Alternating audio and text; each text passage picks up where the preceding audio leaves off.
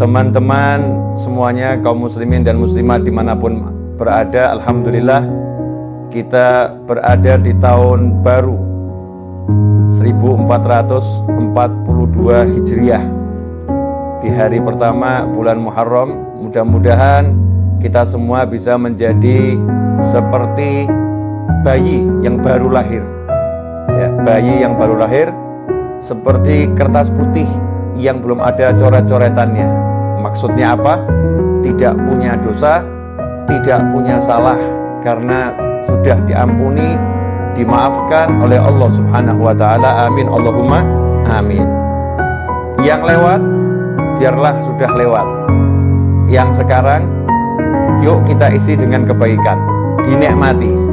Yang akan datang itu misteri, kita nggak pernah tahu bisa sampai atau tidak.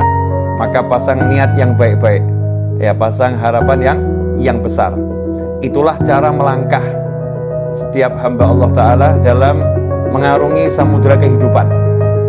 Jadi orang hidup itu dikatakan oleh para ulama as-sufi ibnu waqtih. Yang namanya sufi, orang yang selalu mengolah hatinya dengan menghias lahirnya dengan berbagai kebaikan, menghias lahirnya dengan perintah-perintah Allah Ta'ala dan dijauhkan dari larangan Allah Ta'ala, menghias hatinya dengan keindahan-keindahan dan membersihkannya dari segala kotoran. Sufi yang seperti itu dikatakan ibnu waqtih, orang yang hidup di masa kini, bukan orang yang hidup di masa lalu.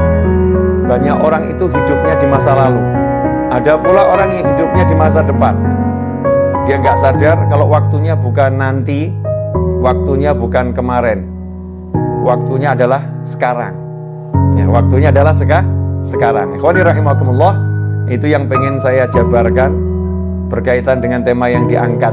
Ya, yang ingin saya jabarkan. Mudah-mudahan saya diberi pemahaman, diberi ilmu, dan diberi kemampuan untuk mengamalkannya dan menyebarluaskannya. Begitu juga antum semua yang menyaksikan saya saat ini, mudah-mudahan dapat hal yang sama dan lebih. Amin. Ikhwani rahimakumullah, hidup bukan untuk berada di masa lalu. Jadi masa lalu itu cukup disadari, yang baik sekarang kita syukuri, yang buruk kita istighfari, minta ampun sama Allah Subhanahu wa ta'ala. Caranya apa? Dengan menikmati masa sekarang. Jadi jangan sampai masa sekarang hanya untuk menyesali masa lalu. Wah, seandainya dulu, kalau dulu saya tidak begini, kalau seandainya, buang semua itu. Yang ada adalah sekarang, saat ini. Saat ini saya dikasih Allah sehat, saat ini saya dikasih Allah waktu, saat ini saya dikasih Allah banyak kenikmatan yang tak terkira. Saya akan pakai ini untuk membuat Allah senang, ridha Allah, untuk membuat Allah senang dengan saya, membuat Allah cinta kepada saya. Kalau kita hidupnya seperti itu, mensyukuri ada saat ini, otomatis hal-hal yang buruk di masa lampau itu akan sirna dengan sendirinya. Karena orang yang syukur, orang yang mensyukuri keadaannya sekarang, maka oleh Allah Subhanahu wa ta'ala akan diberi tambahan nikmat, dan tambahan nikmat. Di antara tambahan nikmat yang paling besar itu adalah bisa taat dan bisa jauh dari maksiat. Itu tambahan nikmat yang paling besar. Bisa taat dan bisa jauh dari maksiat. Dosanya yang lampau otomatis diampuni oleh Allah Subhanahu wa ta'ala, karena Allah senang sama dia. La in syakartum la azidannakum wa la in kafartum inna adzabi lasyadid. Kalau orang yang kufur nikmat dikatakan siksanya pedih. Kalau orang yang mau mensyukuri nikmat, maka ditambah nikmat. Ditambah nikmat ya otomatis dosanya dihapus. Karena orang punya dosa kan bukan dalam nikmat, tapi dalam azab. Ya, dalam azab. Karena itu fokusnya sekarang, saat ini. Saat ini saya harus ngapain ya? Saat ini harus ngapain? Saat ini saya harus apa? Daripada mikir yang panjang-panjang, kalau saat ini lagi berada di hadapan orang tua, nikmati orang tua. Jangan di hadapan orang tua mikirin yang di luar. Sehingga kehilangan waktu untuk taat. Karena waktunya sekarang lagi bersama orang tua, di hadapan orang tua, duduk sama orang tua, harus ngapain? Jalankan perintah Allah kepadamu terhadap orang tuamu. Perintah Allah kepada kita, terhadap orang tua kita. Oh, kita harus memandangnya dengan cinta. Oh, mendengarkan ucapannya dengan sayang. Oh, saya harus ngomong ya dengan lemah lembut, gak boleh ngomong kasar. Oh, saya harus menyabarkan diri saya untuk duduk bersama orang tua saya. Ya, kalau udah begitu akan ditambah nikmat. Kalau nanti kita punya rencana bisnis setelah duduk sama orang tua, kalau nanti kita punya rencana apapun setelah duduk sama orang tua, nanti itu akan dibereskan dengan berkat yang sekarang ini kita syukuri. Yang sekarang kita syukuri, yang nanti kita dibereskan sama Allah Subhanahu wa taala. La azidannakum. Pasti aku tambah nikmat. Nah, ini ndak lagi sholat, sekarang waktunya sholat, mikirnya harusnya sholat. Waktunya sholat, mikirnya makan. Nanti saya habis sholat, saya mau keluar, saya mau pergi ke restoran ini, saya mau ketemu sama teman-teman saya mau makan di warung sana. Nanti habis sholat, saya mau cari di menu ya warung-warung online. Ada warung online banyak, restoran online, saya mau cari menunya apa habis sholat. Tapi mikirnya dalam sholat, sehingga kehilangan waktu sholat, nikmat sholat. Nah, begitu pula ketika duduk bersama pasangan hidup. Masya Allah, ada suamimu, ada istrimu, duduk bersama, asyik, gak usah ngobrolin orang lain. Yang aneh itu ketika duduk bersama ngomongkan orang lain. Ya, kecuali kalau obrolan itu obrolan yang bawa kebaikan, artinya ngomongkan yang baik-baik. Lagi belajar bersama, kita ngobrolkan kebaikan orang lain untuk dicontoh. Tapi gak usah ngobrolin hal-hal yang gak enak yang dialami orang lain atau gak enak tentang orang lain, sehingga kehilangan kenikmatan ngobrol dengan dirinya berdua. Yang lebih aneh, duduk bersama pasangan tapi ngobrolnya sama handphone. Ya, ngobrolnya sama handphone. Kehilangan kenikmatan saat ini lagi ngapain? Lagi duduk sama pasangan hidup saya. Ya udah, duduk dinikmati bersama pasangannya. Caranya bagaimana? Ajak ngobrol tentang ilmunya Allah Subhanahu wa taala. Ya, ajak ngobrol tentang bagaimana sholat, ajak ngobrol tentang bagaimana zikir. Bukan ngobrol yang gak ada manfaatnya, menyesali masa lampau. Wah, kemarin itu ya, seandainya saya jadi transaksi, saya akan dapat duit banyak. Oh, nggak jadi kok dibahas. Ya, nggak jadi kok dibahas. Wah, seandainya kemarin itu kita beli rumahnya, kita akan untung sekian. Oh, nggak dibeli kok dibahas. Nggak dibeli kok dibahas. Jadi hidupnya di masa lampau, duduk bersama pasangannya bukan ngobrolkan akhirat, yang diobrolkan al-fulus wal duit, dinar wa dirham. Yang diobrolkan cuma uang dan uang dan uang, ad-dunya wa dunya wa dunya. Sehingga gak ada kenikmatan. Dalam obrolan itu bahkan susah rahmat mau turun. Rahmat mau turun itu susah karena obrolannya bukan dalam taat pada Allah Subhanahu wa taala. Coba kalau duduknya itu ngobrol tentang ketaatan. Masya Allah, nikmat. Contoh tentang ketaatan, bab masakan itu ketaatan. Suami sama istri duduk makan sayur asem. Suaminya ngomong, wah enak bener nih sayur asemnya nih. Ini kan lagi komentari makanannya istri, ya, bersama istri di meja makan atau di tempat makan. Enak bener ini, masya Allah, seger badan jadinya rasanya. Istri yang jawab, ini mas bisa aja, padahal ini gak enak, ini pasti ini nyindir ini. Enggak, ini enak bener ini. Kelihatannya obrolan biasa, tapi ini to'an. Sebagaimana disebutkan dalam sebuah riwayat, dudukmu bersama pasangan hidupmu untuk menyenangkan hatinya di jalan Allah Ta'ala lebih utama daripada i'tikaf di masjidku ini 1 tahun. Kama qala SAW. Di riwayat seperti itu. Itu nikmat. Kemudian yang lebih menyedihkan lagi, waktunya sekarang untuk melamunkan masa depan. Melamunkan. Nanti kalau rumah itu laku, saya mau beli mobil. Nanti kalau tanah yang di sana laku, saya mau beli rumah. Nanti. Sementara dia sekarang nggak mau kerja. Jadi sekarang ini hidupnya cuman nganggur, nggak mau bergerak. Nah, ini kasihan nih. Ini namanya bukan punya cita-cita. Itu namanya melamun dalam syariat. Jadi cita-cita sama melamun itu beda. Ya, dikatakan kalau yang cita-cita itu bagus, tapi kalau melamun itu dari syaitan. Kalau melamun itu dari setan. Apa bedanya orang melamun sama cita-cita? Kalau orang punya cita-cita, nanti kalau rumah itu laku, saya mau beli mobil. Ya. Kalau sekedar begitu namanya ngelamun. Kalau cita-cita dia tidak pakai ngomong, kalau nanti rumah itu laku, waktunya sekarang langsung dipakai untuk jual rumah. Iklan sana, iklan sini, telepon sana, telepon sini. Ini rumah saya jual, banting harga, diskon 200%. Masya Allah. Ya, apanya yang 200% kan belum dijelaskan, kasih bintang kecil satu. Ini biasanya teknik iklan nih, bintang kecil. Pak, ini maksudnya diskon 200% apa nih? Ya, 200% itu maksudnya begini, biaya ini saya hapuskan semua. Hilang biayanya itu. Nih, buat orang mau telepon, teknik periklanan dipelajari. Kemudian dia mulai ambil tasbihnya, dia baca sholawat sebanyak mungkin, tawassul dengan sholawatnya, mudah-mudahan ada pembeli yang datang. Nah, ini namanya kalau rumah itu nanti laku, saya mau beli mobil, misal begitu. Kalau tanah yang di sana laku, saya akan hajikan Bapak. Masya Allah, itu bagus, tapi ngelamun. Ya, melamun jelek. Cita-cita bagaimana? Kalau rumah itu laku, tanah di sana laku, saya akan hajikan Bapak. Langsung, mana KTP-nya? Daftar tidak butuh biaya kok. Mana KTP-nya? Diurus semuanya, udah bergerak nih ngurus. Kemudian mulai proses menjual di sana. Itu namanya bukan duduk melamun. Tapi orang punya cita-cita. Itulah niat. Ya, makanya setelah hijrah, setelah Fathul Makkah, la hijrata ba'dal fathi. Setelah Fathul Makkah tidak ada lagi yang namanya hijrah dalam arti pindahnya dari Mekah ke Madinah. Walakin jihadun wa niyah. Yang ada adalah kesungguhan dalam berjuang dan niat yang baik. Nah, niat itu apa? Qasdu syai' muqtarinun bi fi'lih. Niat itu punya satu cita-cita yang segera diiringi perbuatan. Qasdu syai' muqtarinun bi fi'lih.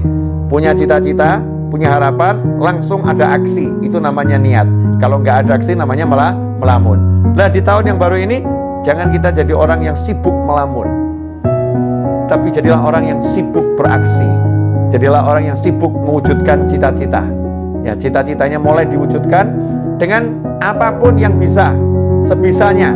Karena itu tadi dalam profile picture saya dikatakan hidup bukan untuk dipikiri. Ya, bukan cuma mikiri hidup kok seperti ini ya, punya suami kok kayak gitu ya, punya istri kok seperti itu ya. Gak nyelesain masalah. Ngomongkan yang gak enak itu membuat semakin tidak enak. Memperbincangkan yang jelek membuat semakin jelek. Memperbincangkan yang negatif menjadi energi yang negatif.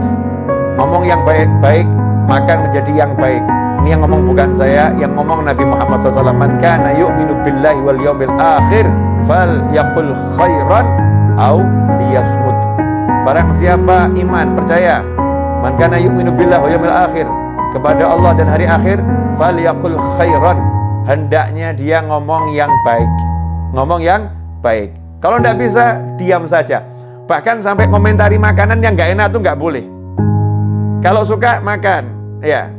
Kalau suka makan, kalau enak itu dikomentari yang positif. Kalau nggak enak, diam, nggak usah dimakan. Udah diam, jangan dikomentari. Karena mengomentari makanan yang nggak enak itu nggak boleh. Ya, mencela makanan tuh nggak boleh. Tapi Habib, saya pengen ini masakannya jadi enak. Ini makanannya nggak enak. Gimana cara komentarinya? Ya, komentari yang cerdas, yang sesuai syariat. Caranya gimana? Makanan ini enaknya luar biasa kalau garamnya dinaikkan sedikit. Ya, garamnya tambah sedikit, enaknya luar biasa. Positif, bukan hal yang negatif. Itu yang diajarkan Nabi Muhammad SAW. Rasul nggak suka kita ngomong yang negatif, ngomong yang jelek-jelek, ngomong yang buruk-buruk. Ngomong yang buruk mendatangkan keburukan. Ngomong yang jelek mendatangkan kejelekan. Suasananya nggak enak, ruhaniyahnya nggak enak. Karena itu ikhwani rahimakumullah, hidup bukan untuk dipikiri.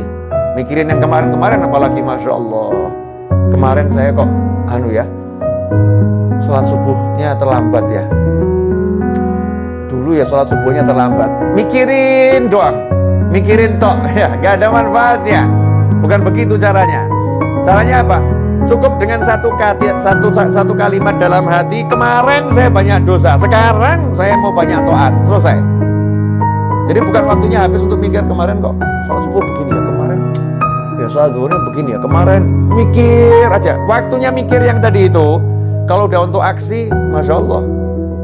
langsung dia banyak sholat sunnahnya. Ditanya sama orang, kenapa kamu banyak sholat sunnah? Wah, sholat saya yang dulu tidak beres nih. Ini sunnahnya buat nambah ini. Kemudian dia qadha sholatnya. Qadha, kenapa kamu qadha sholatmu? Wah, dulu saya sering subuh nggak sholat nih. Sekarang saya mau qadha sekarang ini. Saya mau qadha sekarang. Jadi bukan hidup dalam lamunan, tapi hidup dalam aksi. Kalau udah hidup kita dalam aksi ketaatan, maka hidup itu akan penuh dengan kenikmatan. Kalau hidup dalam aksi ketaatan, maka hidupnya akan penuh dalam kenikmatan. Karena itu para ulama mengatakan nikmat yang kami rasakan dalam hati ini, nikmat yang kami rasakan dalam hati, kalau para bisnismen, para raja, para penguasa mengerti nikmat yang kami rasakan, mereka akan berjuang untuk merebutnya dari kami dengan apapun yang bisa mereka lakukan. Kalau tahu ya, mereka akan merebutnya dengan apapun yang bisa mereka lakukan. Ya, tapi karena mereka nggak tahu, dan toh kalau tahu juga nggak bisa. Kenapa? Tempatnya di hati. Gimana mau merebut hati? Susah. Yang di hati mau diambil tuh susah, nggak bisa. Bisanya dengan cara melakukan hal yang sama. Kalau mau merasakan nikmat yang dimiliki oleh para aulia usholihin, nikmat yang dimiliki orang-orang soleh, ya tiru aja yang dilakukan orang-orang soleh. Nikmati apa yang dinikmati orang-orang soleh. Orang soleh nikmatnya duduk berzikir, tiru duduk berzikir. Orang soleh nikmatnya duduk baca Al-Quran, tiru duduk baca Al-Quran. Orang soleh nikmatnya duduk cari ilmu, tiru duduk cari ilmu. Orang soleh nikmatnya bersedekah, tiru ya hidup bersedekah. Orang soleh nikmatnya membantu orang lain, tiru bantu orang lain, dan seterusnya. Nanti Allah Ta'ala akan memberi kita rasa nikmat seperti beliau-beliau. Dan ketika kita mencontoh pun udah ada nikmatnya. Naik kadarnya, dan terus akan semakin besar. Ikhwani rahimakumullah. Tentunya dalam menjalani hidup itu bukan untuk dipikiri tapi dijalani. Bukan berarti kemudian mulus. Dalam menjalani hidup, namanya juga manusia. Menjalani hidup pasti ada musuh. Nggak mungkin nggak punya musuh. Nanti siapa musuhnya? Jangan salah. Jangan menganggap manusia itu musuh. Karena manusia itu semuanya bersaudara. Semuanya kalau ditanya, kamu anak cucu siapa? Kami Bani Adam, anak cucu Adam. Semuanya saudara. Ya, manusia itu semuanya bersaudara. Memang tingkat persaudaraannya beda-beda, tapi pada aslinya semua manusia bersaudara. Musuhnya manusia itu adalah siapa? Ya, wahfadil qalba an yulima bihi syaitan wan nafsu wal hawa wad daniyah. Pertama setan, kedua nafsu, yang ketiga hawa alias ego, yang keempat daniyah, dunia. Itu musuhnya manusia. Setan, nafsu, hawa, dunia. Setan jelas nggak kelihatan. Kadang-kadang setannya juga menjelma jadi manusia, betul-betul menjelma jadi manusia. Kadang-kadang, dan itu sering, setannya menggunakan manusia, masuk dalam tubuhnya manusia, berbicara sebagai manusia, bertindak sebagai manusia, menulis sebagai manusia, padahal semua itu setan yang melakukannya, setan yang mengontrolnya, setan yang berbuatnya. Itu musuh yang pertama. Kemudian nafsu. Nafsu itu adalah kendaraan. Karena nafsu adalah keinginan. Kalau nggak punya nafsu, bahaya. Nggak punya nafsu makan, nggak punya nafsu minum, nggak punya nafsu hidup, repot tuh. Jadinya putus asa. Nafsu itu untuk dikendalikan. Dia kendaraan, dikendalikan. Kalau nafsu dituruti, jadi musuh. Makan, pengen makan. Makan terus, jadi musuh, jadi penyakit. Ya. Kemudian nafsu-nafsu yang lain, kalau diturutin jadi maksiat. Nauzubillah min dzalik. Makanya dikendalikan. Hawa. Wah, ini hawa ini kendaraan iblis terbesar. Karena sifatnya sifat turunan iblis. Apa itu? Ego. Tidak mau dikalahkan. Ya, hawa itu ego. Tidak mau dikalahkan. Maunya menang sendiri. Itu ego. Nah, makanya iblis dilaknat karena dia punya ego yang besar. Disuruh sujud kepada Nabi Adam alaihissalam, iblis tidak mau. Karena itu iblis diusir dari rahmatnya Allah Ta'ala, dibuang dari rahmatnya Allah Ta'ala, gak dapat rahmatnya Allah Ta'ala. Karena itu dikatakan iblis dilaknat. Kenapa? Karena dengan egonya dia gak mau sujud, dia sombong kepada Allah Subhanahu Wa Ta'ala. Sombongnya itu dengan tidak mau menjalankan perintah Allah untuk sujud kepada Nabi Adam alaihissalam. Ini ego. Nah, kalau kita jadi muslim jangan dikendalikan ego. Gak mau dikalahkan. Jadikan ego kita tuh ego yang baik.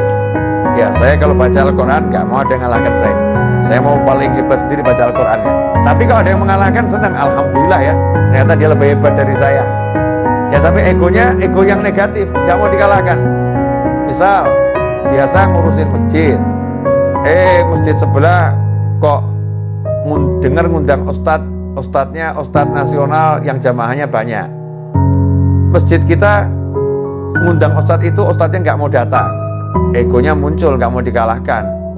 Buat segala macam cara. Kalau di tempat saya nggak bisa, di tempat dia juga harus nggak bisa. Ya, akhirnya membuat berbagai fitnah. Gimana caranya biar pengajiannya batal? Ini ego yang buruk. Naudzubillah min dzalik. Di kantor, ya, nggak mau dikalahkan jabatannya dengan kawan-kawannya. Dengar kok ada satu kawannya naik pangkat, mau diletakkan di jabatan yang lebih tinggi. Wah, nggak mau dikalahkan dia, ini muncul egonya. Terus gimana caranya? Dia cari kelemahan kawannya itu, kemudian dia fitnah gimana caranya, yang penting biar namanya jatuh. Ini namanya ego. Naudzubillah min dzalik. Kemudian dunia, masya Allah, segala sesuatu selain Allah Ta'ala, ini tidak boleh ada dalam hati kita. Mau istri, mau anak, mau suami, ya, siapapun selain Allah nggak boleh ada dalam hati. Bolehnya masuk hati harus lewat Allah Subhanahu wa Ta'ala. Harus bismillah, harus ada Allahnya. Anak ada dalam hati karena Allah, mencintainya karena Allah, menyayanginya karena Allah. Makanya begitu anaknya nggak mau sholat, orang tuanya harus marah. Ya, orang tua harus marah. Nah, itu namanya karena Allah Subhanahu wa Ta'ala. Pasangan hidup, istri kalau menghalangi suami untuk bekti sama orang tuanya, suaminya harus marah. Nggak bisa, saya tidak bisa mencintaimu mirip orang tua saya, apalagi lebih.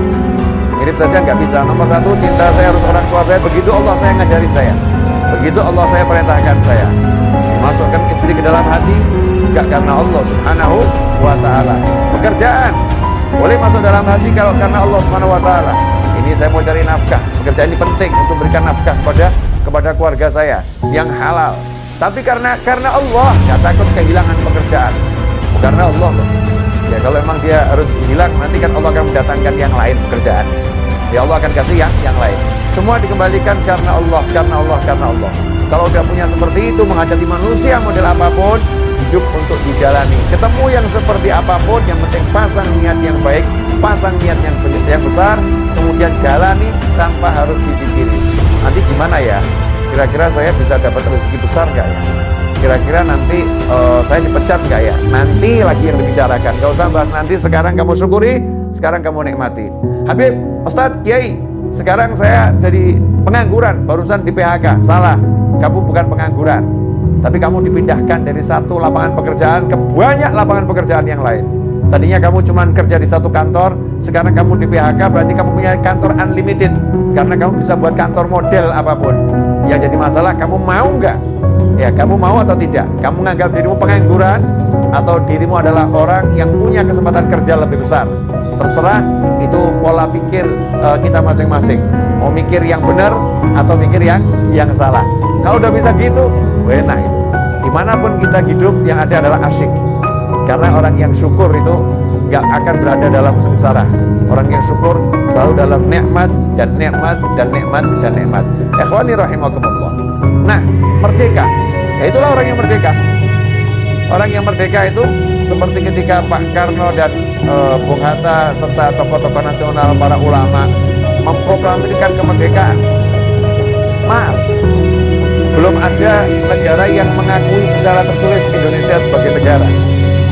Belum ada. Kalau mikir gitu, kapan merdekanya? Ini kita belum kontak ke negara-negara lain loh. Ada yang dukung enggak ya? Nanti kira-kira gimana nih kalau setelah kita proklamirkan seperti apa ya? Kalau mikir begitu nggak pernah merdeka Indonesia. Tapi langsung pekik merdeka diteriakkan, 17 Agustus 45 diproklamirkan, ya merdekalah kita. Setelah itu baru kita urus, bergerak, menjalani kehidupan kemerdekaan, pasang niatnya besar jadi bangsa yang merdeka. Hasilnya apa? Merdeka.